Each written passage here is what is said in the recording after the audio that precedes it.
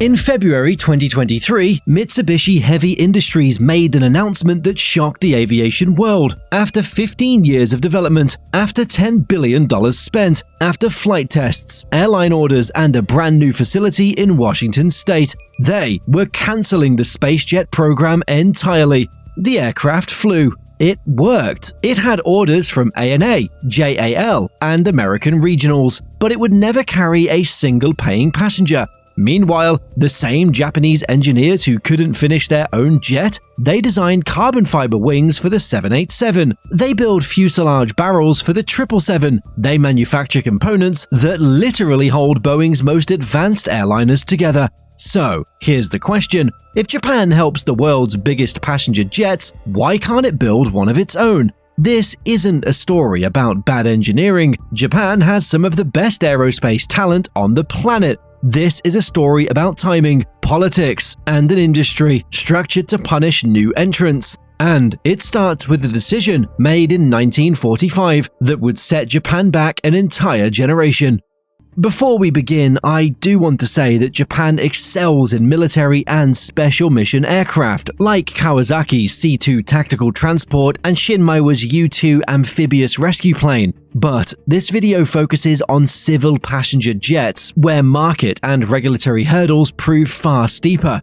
Now, to understand, we need to go back to 1945 when Japan surrendered. Its wartime aerospace giants, Mitsubishi, Nakajima, Kawasaki, are among the most advanced in the world. These companies built legendary fighters. They understood high-performance aircraft design better than almost anyone. Then, the Allied occupation issued a total ban on Japanese aviation. No new airframes, no engines, no test programs, not even aviation research. Students couldn't study aeronautics, even gliding was banned. The ban lasted 7 years, until April 1952. 7 years that felt like a full generation in a field that never stops moving. Here's what that ban actually destroyed. It wasn't just factories and assembly lines. Entire engineering teams moved to work on cars, trains, and heavy industry. Design offices closed, wind tunnels got repurposed, tool chains were scrapped. The institutional memory that makes aircraft development possible,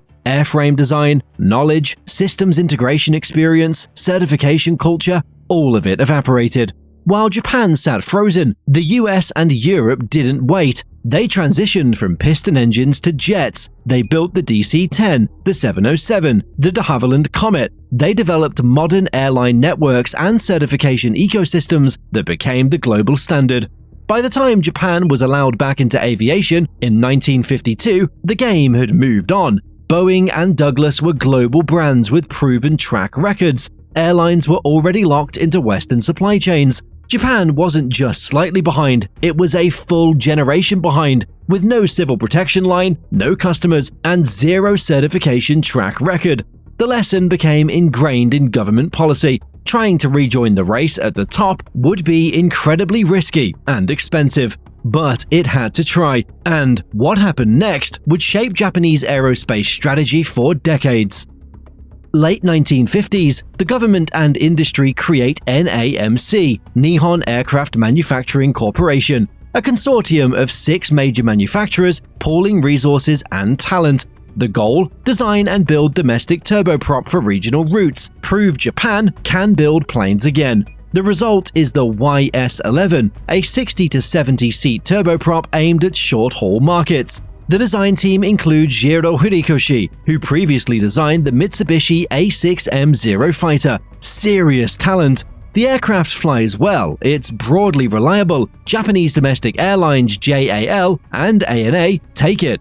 JAL and ANA's early fleet bets locked them into Western ecosystems, adopting Boeing 727s in 1965 under government pressure to enable ANA's imports, and DC-8s and 737s in the 1960s and 70s for reliability, while US exporting finance and alliance politics made Boeing a low-risk choice over unproven local designs. A handful of international customers buy small fleets. Even when US airlines like Piedmont bought in, operating 23 YS-11s, the largest foreign fleet, After sales plagued the program, sparse global parts stockpiles, inconsistent documentation, and limited training support deterred repeat orders from cautious operators. For a moment, it looked like Japan might pull this off, but then the problems become clear.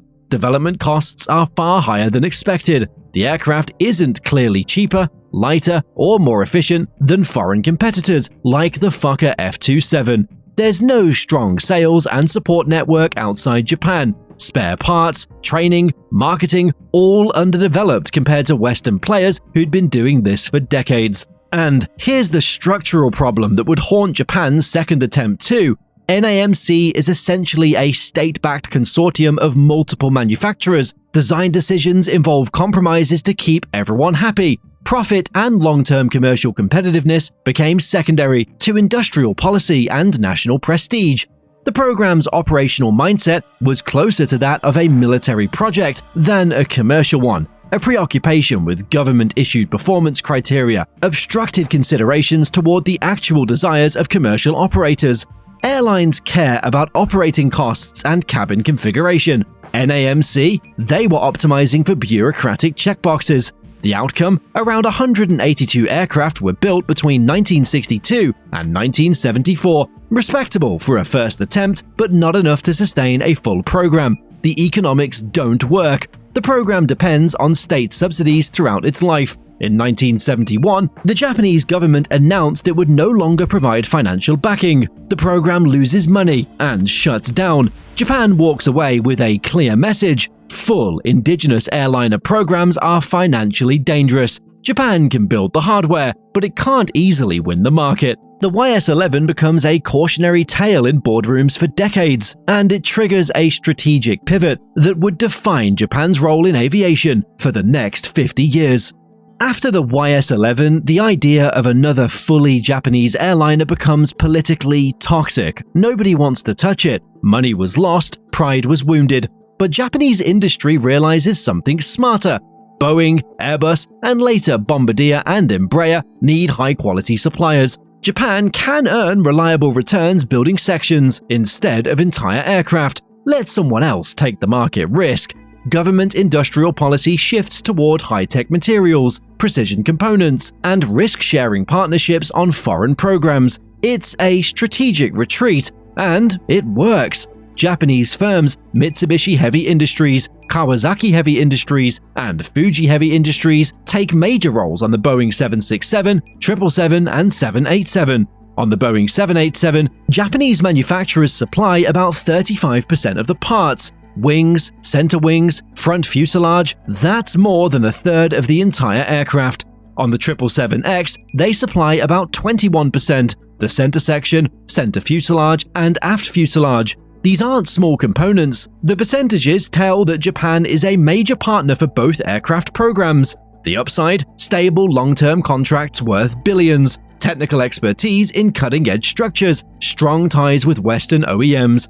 Risk-sharing on the 767, 777, and 787 gave Japanese firms quasi-OEM experience, design authority on wings and fuselages without full program risk, like building their own sales networks or chasing airline certifications. Predictable revenue streams that don't depend on selling jets to airlines. But here's the hidden cost that would come back to haunt them.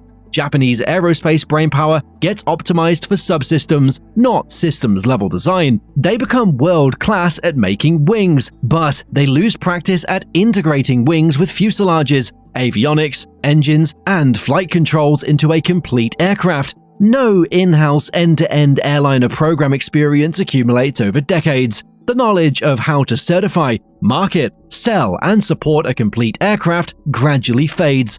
When the time comes to try again, Japan would be effectively a new entrant all over again, and that's when things get really expensive. Early 2000s, pressure mounts to move up the value chain, not just be a parts supplier. Government officials and industry leaders start asking, why can't we build our own jet? Mitsubishi Heavy Industries launches the MRJ, later rebranded SpaceJet, Japan's shot at redemption. Target, the 70 to 90 seat regional market dominated by Embraer and Bombardier. This market is hot. Airlines want fuel-efficient regional jets. The MRJ-70, seating between 70 and 80 passengers. The larger MRJ-90, 86 to 96. The selling points: advanced aerodynamics, new, fuel-efficient Pratt & Whitney geared turbofan engines, a comfortable cabin designed with Japanese attention to detail. Mitsubishi announces the concept in June 2007, targeting certification for 2012. 5 years. How hard could it be? Very hard. Mitsubishi has deep engineering talent, but almost no experience leading a full civil aircraft program or navigating Western-style certification, especially the FAA. It is brilliant at making wings for Boeing. Building an entire aircraft is a completely different challenge. Problems emerge fast. Weight growth. The aircraft keeps getting heavier as reality meets design. Systems integration bugs, certification requirements forcing structural and systems redesigns. Specific stumbles included incomplete systems documentation for FAA traceability, wiring redundancies falling short of compliance standards, and avionics integration bugs requiring full redesigns, exposing gaps in Western certification culture. 4 of the 5 delays are caused, at least partly, by failures to document work for certification, or similar failures. Mitsubishi later admitted insufficient initial understanding of the highly complex type certification process. Mitsubishi planned a U.S. final assembly line in Moses Lake, Washington, for flight testing and proximity to FAA regulators and customers, but even this couldn't offset the core gaps in experience. That institutional knowledge about certification culture that was lost during the 7-year ban, it never fully came back. Each fix adds delay, each delay adds cost, each cost spike erodes airline confidence. Airlines start wondering if this jet will ever actually arrive. It secured real airline backing too. Firm orders from ANA, 15, JAL, 32, and US regionals like SkyWest, 100, and Transstates, 50, later cancelled, plus LOIs from others proving interest, but not enough to weather delays. Then there's the US scope clause trap, and this one's brutal. The SpaceJet is heavily targeted at the US regional market, but there's a problem nobody at Mitsubishi fully anticipated. Pilot union scope clauses limit regional airlines to aircraft under 86,000 pounds maximum takeoff weight and 76 seats maximum. It's a labor agreement designed to protect mainline pilot jobs. Early MRJ versions overrun these constraints, and it soon becomes clear that the rules will not be changed. Mitsubishi has to rework designs, split variants, and reconsider its core market entirely. It planned to develop the smaller M100 variant to meet scope clause requirements. Years go by. The product stops matching the market sweet spot it was originally designed for. Development costs eventually exceed 1 trillion yen, roughly 9 to 10 billion US dollars, depending on exchange rates. Meanwhile, the competition isn't sitting still. Embraer refines its E-jets, Airbus buys Bombardier's C-Series and reshapes the lower end of the market with the A220, giving it Airbus's global scale and credibility. Then, COVID-19 hits, hammering regional demand. Under huge financial pressure, Mitsubishi first pauses development in October 2020, then cancels the program altogether in February 2023. The maiden flight of the MRJ-90 took place on the 11th of November 2015. The aircraft flew. It worked, but it never reached service. After 15 years of work, prototypes are dismantled. The dream dies. For Japan, it's YS-11 deja vu, but on a bigger, more expensive scale. Twice burned, twice billions lost. Let's be clear, this isn't about engineering talent. Japan clearly has that. World-leading auto industry, bullet trains that run with clockwork precision, robotics, electronics, materials science, all world-class. Japanese engineers help build the most advanced airliners flying today, but commercial airliners, they require 3 intertwined capabilities that Japan struggles to assemble simultaneously. First, engineering. Design, certify, and integrate a highly complex machine with millions of parts. Second, capital. Tens of billions of upfront investment with payback measured in decades, not years. Third, commercial infrastructure. Global sales, support, and political influence to convince airlines you'll be around in 30 years. And here's the market dynamic that kills new entrants. Winner takes most. Airlines are risk-averse. They can't afford orphaned aircraft types with weak support. What happens if they buy your jet and you go bankrupt in 5 years? Their aircraft becomes worthless, maintenance gets expensive, resale value collapses. Boeing and Airbus offer massive fleets already in service, global maintenance networks, deep leasing markets, and residual value confidence. When an airline buys a 737 or an A320, they know they can sell it later. There's a market. A new entrant like Mitsubishi must overcome brutal questions. Why should I trust your resale value? Will you still support this aircraft in 20 years? Japan has struggled to answer both these questions convincingly. Currency risk compounded it. Developing in yen but selling in dollars meant exchange fluctuations demanded even higher break-even volumes. Tough for a newcomer versus Embraer's path, which blended decades of state-backed execution with consistent global wins. And after 2 expensive failures, there's institutional trauma. Bureaucrats and executives internalize that full airliner programs are career-ending if they fail. It's safer to build wings for Boeing, supply components for Airbus, than to bet the company's future on a single homegrown jet that might never reach service. This conservatism isn't irrational. It reflects how punishing failure is in this industry. Aircraft programs live or die over 30-year timelines. One mistake can cost billions. Let's break down why Japan couldn't crack this market. First, no natural home market big enough to incubate a national champion. The US has United, American, Delta, and Alaska buying American jets en masse. Guaranteed volume, a proving ground. Europe had multiple flag carriers buying European, later consolidated around Airbus with government backing. Japan has JAL and ANA as major players, but 2 airlines can't sustain an aircraft program. A domestic-only airliner can't justify its development cost. It must succeed globally from day one. That's incredibly hard.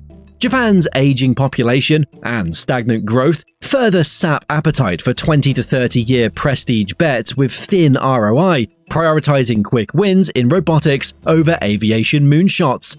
Second, late entry into a saturated duopoly. By the time Japan is positioned to build a modern mainline jet, Boeing and Airbus completely dominate the 150-plus seat segment. Embraer and Bombardier dominate regional jets. You might argue that in the US, replacing regional jets like the E175 will be a reality for every airline sooner rather than later.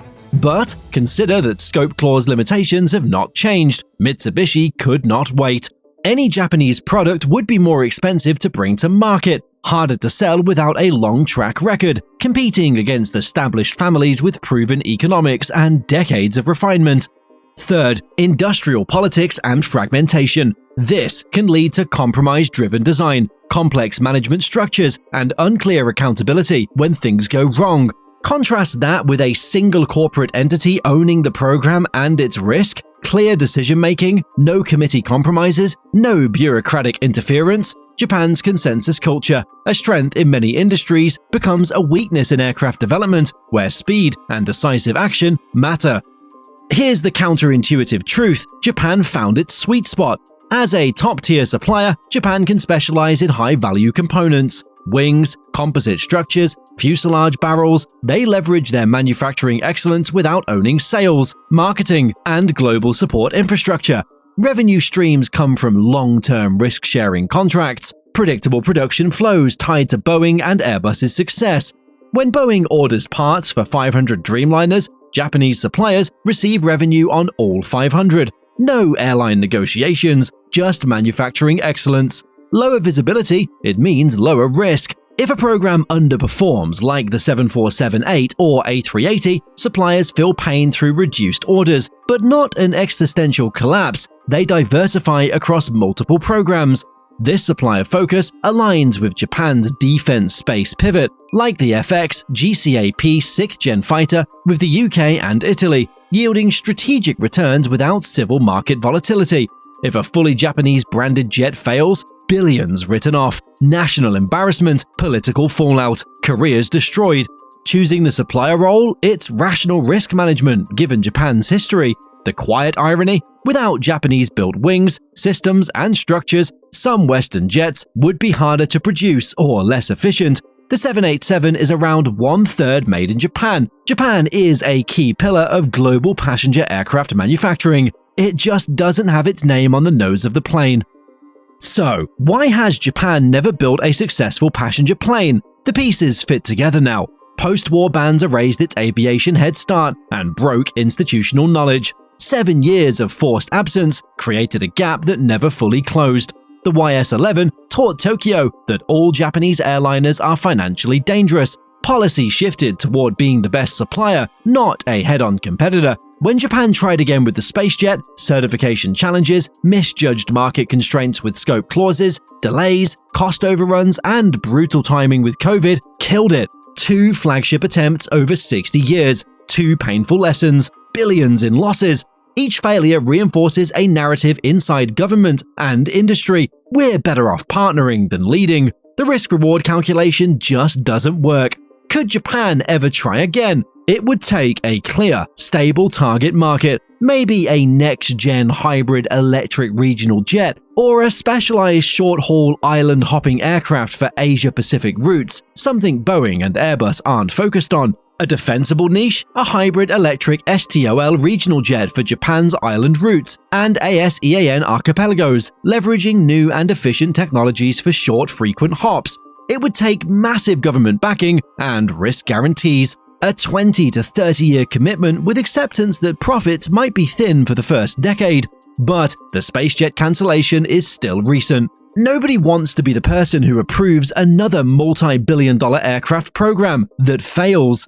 Japan's demographics and economy are shifting focus to robotics, defense, space, and advanced materials. The 6th-generation fighter program with the UK and Italy offers a path to apply aerospace knowledge without commercial market risk. Being a world-class supplier may simply be more profitable, less risky, and more aligned with Japan's current industrial strategy. So, Japan continues to be essential to passenger planes, building the wings that keep them flying, the fuselages that hold passengers, the structures that bear the loads. Just never the name on the tail fin, never the brand airlines buy, never the OEM that takes home the glory and the risk. And maybe after 2 expensive lessons, that's exactly where Japan wants to be. Hey, before you go, the YouTube algorithm thinks you're going to like this video next, so why not check it out?